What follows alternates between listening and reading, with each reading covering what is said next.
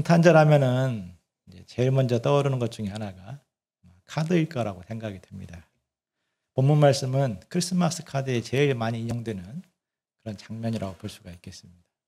낙타 3마리가 나오고 하늘에 별이 쫙 떠 있고 배경은 사막이 쫙 펼쳐져 있고, 저는 예수님 믿기 전 불신자일 때도 성탄 카드 중에 그 장면이 제일 마음에 인상이 남았습니다. 야, 멋있다.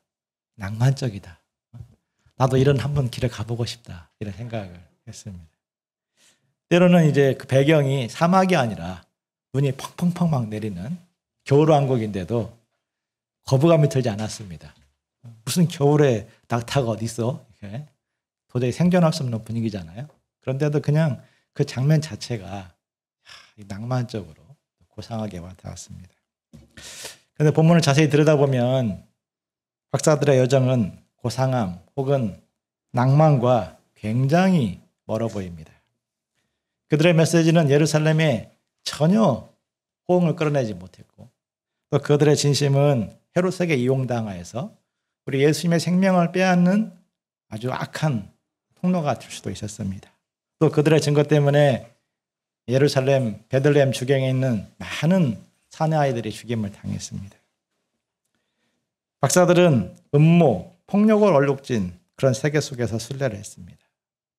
그런데도 불구하고 그들은 기쁨을 잃지 않았고 또 아기 예수님께 끝까지 찾아가서 경배했습니다. 우리들도 어려운 시대를 살고 있습니다. 하지만 박사들처럼 기쁨을 잃지 않고 경배 신앙 여정을 걸어갈 수 있기를 간절히 기도합니다. 1절에 보십시오. 헤롯 왕 때 예수께서 유대 베들레헴에서 나셨습니다. 헤롯 왕과 예수님의 탄생, 정말 어울리지 않는 조합입니다. 예수님의 탄생은 하나님의 사랑, 하나님의 공의의 실현이라 말할 수가 있습니다. 하나님의 사랑과 공의가 실현되었다면 세상도 그에 맞는 모습이어야 될 것 같습니다. 그런데 세상은 헤롯이 주관하고 있습니다. 헤롯은 겉모술수, 비열함의 상징입니다. 헤롯은요, 유대인이 아닙니다. 비유대인 출신인데 유대인들의 왕이 되었습니다. 그것은 로마 황제 마카산을 이용했기 때문이었습니다. 로마 황제에게 거액의 정치 자금을 대서 그의 임명으로 한순간에 유대 왕으로 내려왔습니다. 밖으로는 거액의 정치 헌금을 바쳤고 안으로는 성전을 확장하여 유대인들의 환심을 사려고 했습니다. 그래서 항상 불안했습니다. 로마 황제가 나를 자르면 어떻게 하지? 유대인들이 밀란을 일으키면 어떻게 하지? 그래서 그는 권력에 위협이 될 만한 사람들이 나타나면은 가차없이 숙청을 했습니다. 그 대상에는 아내도 들어가 있었고 처남도 들어가 있고 장모, 아들까지도 포함되었습니다. 정말 악인의 상징이라 말할 수 있는 인물인데 이런 악인이 빨리 죽어야 그래도 하나님의 공의가 실현되고 있구나 이런 생각을 하게 될 것입니다. 그런데 40년 동안 장기 집권을 했습니다. 헤롯 왕의 존재는 유대 사회에 심각한 후유증을 남겼을 것입니다. 정의란 무엇인가? 정말 하나님의 주권과 공의는 살아있단 말인가? 회의와 불신, 그런 의문부호가 꼬리에 꼬리를 물고 끊임없이 사람들 마음을 파고들었을 것입니다. 헤롯이 왕으로 있는 한 그리스도가 온다고 할지라도 달라질 수 있을까? 그런 절망, 그런 불신이 사람들 마음속에 매일같이 파고들었습니다. 불신앙은 정욕과 탐욕을 쫓게 만들고 유대인들을 점점 무늬만 신자인 사람들로 만들어 갔습니다. 그런 가운데 동방으로부터 박사들이 와서 힘있게 메시지를 전한 것입니다. 2절을 같이 읽어보시겠습니다. 시작. 유대인의 왕으로 나신 이가 어디 계시냐? 우리가 동방에서 그의 배를 보고 그에게 경배하러 왔노라. 아마 이 박사들의 이 메시지를 실시간 라이브로 듣는다면 이렇게 얘기하지 않았겠습니다. 유대인의 왕으로 나신 이가 어디 계시냐? 우리가 동방에서 그의 별을 보고 그에게 경배하러 왔습니다. 아마 이렇게 아주 힘있고 우렁차게 증거했을 것입니다. 동방은 동아리 방이 아니라 페르시아를 의미합니다. 동방의 박사들이면 당연히 동방의 왕을 찾아야 되는데 왜 유대인의 왕을 찾는 것입니까? 이는 자기들의 왕에게서 참된 희망을 보지 못했기 때문입니다. 당시에는 왕의 말 한마디는요, 굉장한 위력이 있었습니다. 왕의 말 한마디면 입시 문제 해결되고, 취업 문제 해결되고, 또 집 문제 다 해결될 수가 있었습니다. 왕에게 잘 보이면 인생 역전이 이루어지고, 왕에게 밉보이면 한순간에 추락을 했습니다. 그럴지라도 박사들은 세상 왕이 자신들의 구원자가 될 수 없음을 알고 있었습니다. 부와 권력은 사람의 겉모습을 바꿔줄 수 있을지언정 사람의 속사람을 고쳐줄 수 없기 때문입니다. 좋은 집, 좋은 직장을 줄 수 있으나 영혼의 안식, 영혼의 평안을 보장해주지 못합니다. 즉 편리를 줄 수 있으나 죄와 죽음으로부터 구원해주지 못합니다. 유대인 가운데 그리스도로 오신 분, 유대인을 왕으로 만나야만 구원을 받고 영생을 얻고 참 평화와 안식을 누릴 수 있음을 그들은 알았던 것입니다. 박사들이 유대인의 왕을 어떻게 찾게 되었을까? 이건 참으로 미스테리한 장면입니다. 당시 중동 페르시아 전 지역에 유대인들이 막 흩어져 있었는데 그들을 통해서 구약 성경을 접할 수도 있었습니다.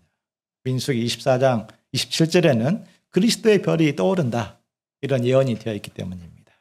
혹은 당시 중동에는 메시아 사상이 쫙 퍼져 있었습니다.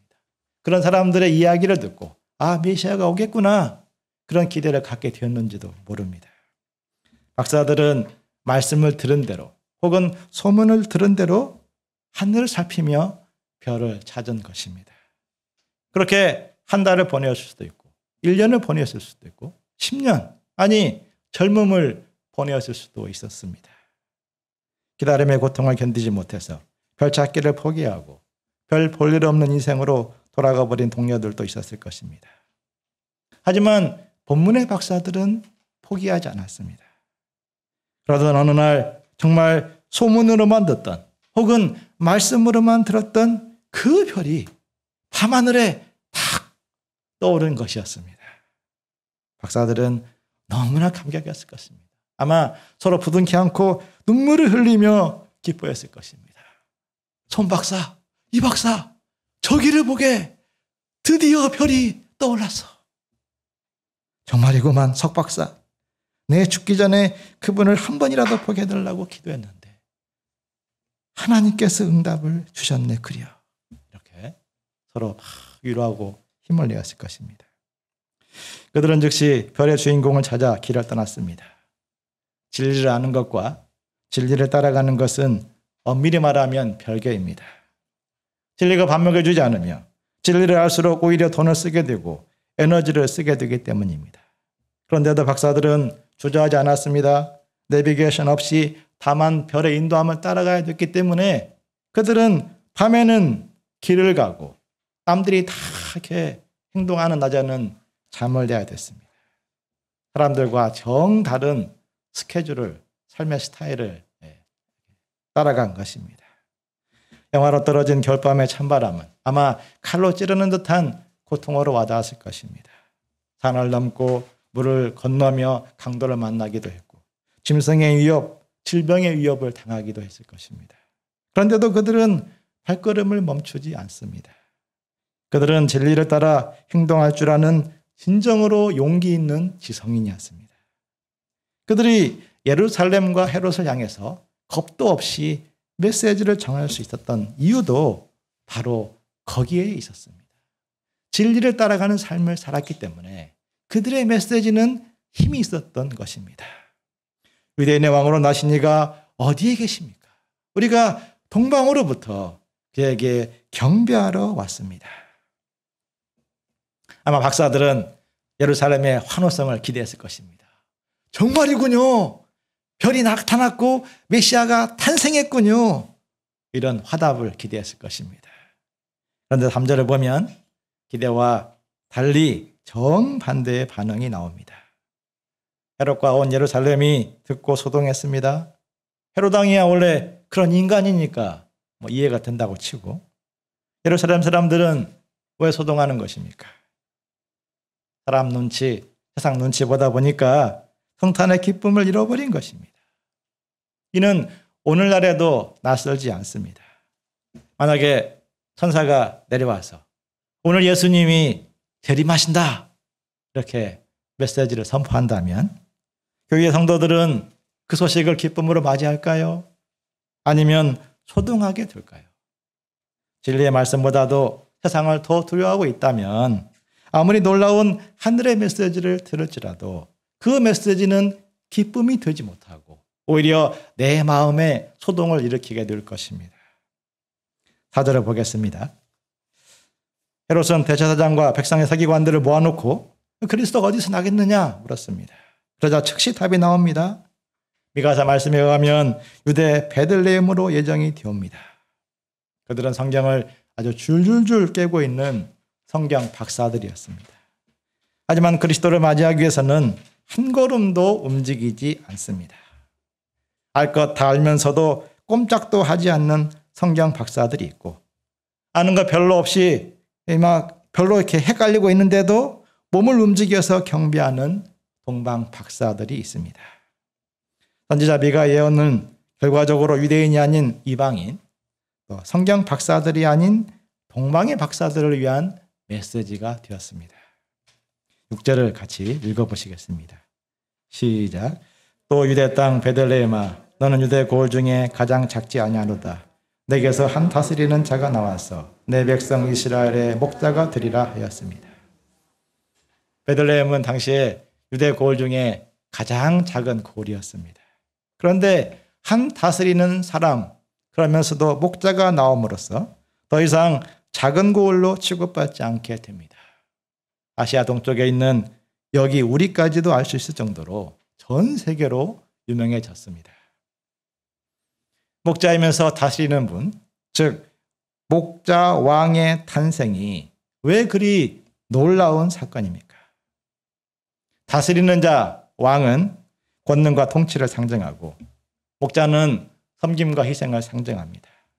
두 가지가 같이 가면 정말 이상적입니다. 돈과 권력을 많이 가진 사람이 아래 사람들을 더 많이 배려하고 더 많이 섬겨준다면 얼마나 좋은 그림들이 나오겠습니까? 그런데 현실은 그렇지 않습니다. 부를 가질수록 더 많은 부를 쌓기 위해서 없는 자들을 수탈합니다. 권력을 가질수록 더 높은 권력을 얻고자 자기보다 힘없는 사람들을 누르고 아랫사람들을 압박합니다. 본문에 나오는 헤롯 왕이 그랬습니다. 헤롯은 왕이었으나 목자가 아니었습니다. 그는 왕이면서도 일이 왕이었습니다. 목자 왕은 왕처럼 강한 힘을 갖고 있으면서도 섬기고 희생하는 분입니다. 인간은 이러한 목자 왕의 도움을, 목자 왕의 구원을 필요로 합니다. 인간은 스스로의 힘으로 구원에 이를 수 없기 때문입니다. 아니, 인간이 AI를 개발하고 우주를 개발하며 끊임없이 발전해 나가고 있는데 왜 스스로 구원에 이를 수 없는 것입니까? 인간 스스로 통제할 수 없는 욕망을 가졌기 때문입니다. 성경은 그것을 죄 아래 있다라고 표현합니다. 첫사람 아담은 자기를 높이려는 욕망을 다스리지 못해서 하나님께 반역하다가 에덴을 잃고 그의 후손들에게 죄와 죽음을 물려주었습니다. 우리 몸이 끊임없이 분비물을 뿜어내듯이 우리 영혼은 교만, 탐욕, 시기, 비교식, 정욕, 미움의 욕망들을 끊임없이 뿜어냅니다. 그것들은 우리 의지와 통제력을 벗어나서 우리 마음과 생각을 사로잡아 원치 않게 어둠으로 끌고 갑니다. 내 마음은 긍정적인 생각을 하고 싶은데 내 생각은 계속해서 부정적이고 파괴적인 생각으로 나아갑니다. 성경은 인간을 양으로 표현했습니다.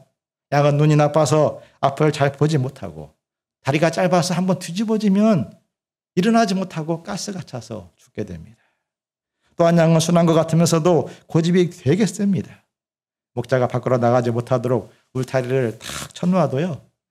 한번 나가야겠다 고집하면은 막 머리를 밀고 기어코 뚫고 나가서 스스로 유기를 자초합니다. 그와 같이 사람이 똑똑한 것 같으면서도 미련한 점이 있습니다. 자신이 하나님 앞에서 어떠한 모습을 하고 있는지 반복해서 실패를 경험해도 자신의 참모습을 발견하지 못합니다. 하나님의 인도하심이 무엇인지를 분별하지 못합니다. 어두운 생각이 막 파고 들어올 때, 이것은 나쁜 생각이고 빨리 털고 나야지. 이렇게 해야 건강한 삶을 살 수 있는데 꼬리에 꼬리를 물고 파고 들어오는 그 어둠을 점점 따라갑니다. 당장 보이는 것, 당장 손에 잡히는 것을 쫓아가다가 멸망에 이르기도 합니다. 최근에 공무원들의 잇따른 자살 소식이 뉴스에 보도가 되었습니다. 자살하는 사람들이 한둘이 아닌데도 보도가 되는 것은 꿈의 직장처럼 생각되는 자리에서 발생했던 사건이기 때문일 것입니다. 그들도 극단적인 결정을 내리고 싶지 않아 많은 노력을 했을 것입니다. 그럼에도 불구하고 스스로 해결할 수 없는 어둠으로 절망했기 때문입니다. 그것은 특별히 연약한 사람들에게만 해당되는 이야기가 아닙니다. 우리들도 순간적으로 연약해질 때가 얼마나 많습니까? 좋은 마음 갖자, 밝은 생각하자, 의지를 갖고 외쳤는데도 정반대의 마음과 생각을, 행동을 하기도 합니다. 내 마음 나도 어떻게 하지 못하고 미련한 줄 알면서도 그 길을 고집하는 것이 인간입니다. 그러므로 실험과 실패를 연단과 섭리로 반전시켜줄 능력의 주권자가 필요합니다. 창세기 요셉이 그러지 않습니까? 형들의 그 시기심에 밀려서 노예로 팔려갑니다. 노예였다가 또 감옥으로 내려갑니다. 그 인생이 어떻게 회복이 될 수 있습니까? 하나님께서 기이하게 그의 인생을 반전시켰기 주셨기 때문입니다. 그와 같이 능력의 주권자가 필요합니다. 그러면서도 섬김과 희생으로 죄사함과 회복을 주고 생명의 영을 덧입게 하는 목자가 필요합니다. 미가서 말씀은 우리를 다스리기 위해서 목자로 오시는 하나님을 예언한 것입니다. 다윗은 시편 23편에서 하나님을 향하여 이렇게 고백했습니다. 여호와는 나의 목자시니 내게 부족함이 없으리로다. 그가 나를 푸른 초장으로 누이시고 쉴만한 물가로 인도하시는도다. 내 영혼을 소생시키시고 자기 이름을 위하여 의의 길로 인도하시는 도다. 거룩하신 하나님, 영광의 하나님, 능력의 하나님이 나처럼 죄악되고 나처럼 하찮은 자의 목자가 되신다는 고백입니다. 그 고백은 예수님으로 말미암아 이루어졌습니다. 예수님은 죄인들을 구원하기 위해서 인간의 몸으로 이 땅에 오신 하나님이십니다. 예수님은 말씀했습니다. 나는 선한 목자라. 나는 내 양을 알고 양도 나를 아는 것이 아버지께서 나를 아시고 내가 아버지를 아는 것 같으니 나는 양을 위하여 목숨을 버리노라. 소경의 눈을 뜨게 하고 죽은 자를 살리고 광풍을 잠잠케 하신 그 능력을 가지신 예수님이 왜 십자가의 길을 가셨습니까? 왕이시면서 목자이시기 때문입니다. 또한 예수님은 능력으로 죽은 자 가운데서 사흘 만에 다시 살아나십니다. 그를 통해서 죽음에 매여 있는 인생들에게 영생을 주시고 참된 소망과 용기를 주십니다. 목자 예수님, 왕이신 예수님이 임할 때 누구든지 구원받고 하나님의 자녀가 됩니다. 성령을 부어주시고 죄의 욕망에 끌려가지 아니하고 하나님의 영광을 위해 살게 하십니다.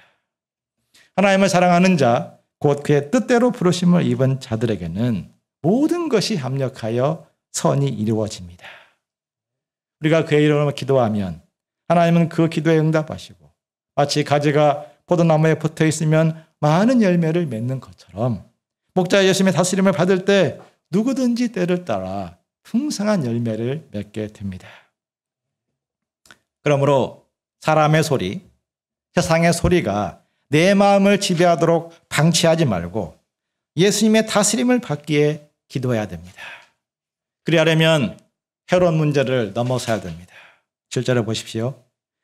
그는 동방 박사들의 메시지를 듣고 회개하기는커녕 악한 일을 계획합니다. 박사들을 불러서 별이 나타난 때가 언제인지 자세히 묻습니다. 어떤 의도가 있는 것이죠. 박사들을 믿기로 아기 예수님을 죽이려는 계획이 실패했을 때 그때를 대비해서 제 두 번째 악한 계획을 준비한 것입니다. 그러면서도 겉으로는 아기 예수님을 경배하는 것처럼 포장합니다. 정말 교활하면서도 무서운 인간이죠. 성령의 도우심이 없었다면 아마 박사들은 헤롯의 의도대로 살인도구로 이용당하고 말게 되었을 것입니다. 살아가면서 우리도 헤롯 같은 인간들을 만날 때가 있습니다. 때로는 동료의 모습으로, 때로는 직장 상사의 모습으로 만날 수 있습니다. 악인의 독은 그 사람 자체를 파괴하는 것으로 끝나지 않냐고 그 주변에 있는 사람들까지 오염을 시킵니다. 주변에 있다가 악인의 그 쏘는 독에 오염이 되어서 상처와 미움에 감염이 되면 열정을 잃어버리게 되고 냉소적으로 변하게 됩니다. 대통령 선거가 다가오니까 요즘 유튜브에는 상대방 진영을 향한 거친 말들, 비방들이 끊임없이 올라오고 있습니다. 뉴스를 틀어도 계속해서 이제 비방하는 얘기들이 막 나옵니다. 그런 얘기를 딱 듣고 있다 보면 제 마음속에도 막 분노, 알 수 없는 이런 분노와 이런 미움의 영이 파고 들어옴을 느끼게 됩니다. 그런데 우리는 헤롯 같은 인간들을 만나지 않을 수가 없습니다. 우리가 헤롯 같은 인간들이 사라지기만을 기도할 것이 아닙니다. 또한 헤롯 때문에 못 해먹겠다, 절망할 것도 아니고 또 헤롯을 향해서 미움의 칼을 갈 것도 아닙니다. 헤롯이 헤롯의 길을 가는 것처럼 나는 나의 길을 가고자 부지런히 기도해야 됩니다. 사람 문제를 만날수록 더더욱 예수님에게 집중해야 됩니다. 예수님에게 집중하는 것이 그것이 세상을 이기는 길이고 헤롯을 뛰어넘는 길입니다. 9절을 보십시오. 박사들은 흔들림 없이 순례의 길을 갑니다.